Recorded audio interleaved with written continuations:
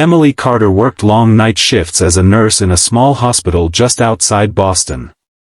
She was the kind of nurse everyone admired, gentle with children, patient with the elderly, and always willing to take an extra shift if a colleague needed her.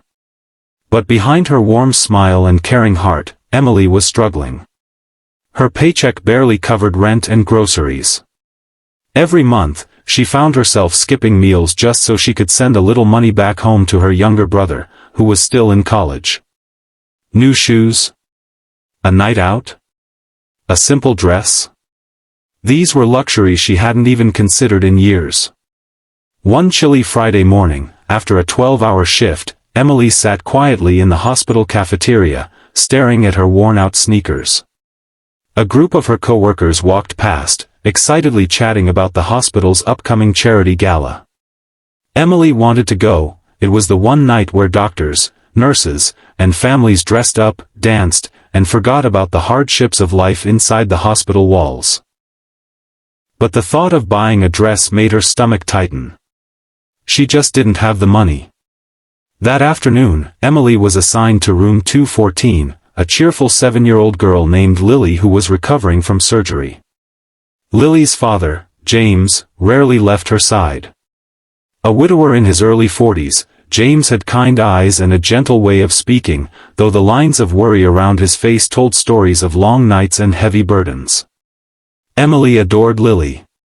She would braid her hair, sneak her coloring books, and even stay past her shift just to make the little girl laugh.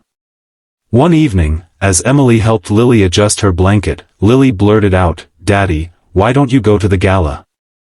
You never do anything fun." James chuckled softly. "Sweetheart, I don't even have anyone to go with." Lily's big brown eyes lit up. She turned to Emily. "What about Nurse Emily? She's pretty and kind. She could go with you." Emily's face flushed crimson. "Oh, Lily," she laughed nervously. "That's sweet, but I don't even own a proper dress for something like that." James studied her quietly for a moment, then said softly, "Emily, would you consider it? Would you be my first date since I lost my wife?" His voice cracked slightly, and Emily's heart tightened. She wanted to say yes, but shame washed over her. I can't. I don't have anything to wear." The next morning, Emily arrived at work to find a small box waiting for her at the nurse's station. Inside was a simple yet elegant navy blue dress with a note. "Every angel deserves to shine once in a while. Please say yes. James." Tears blurred Emily's vision.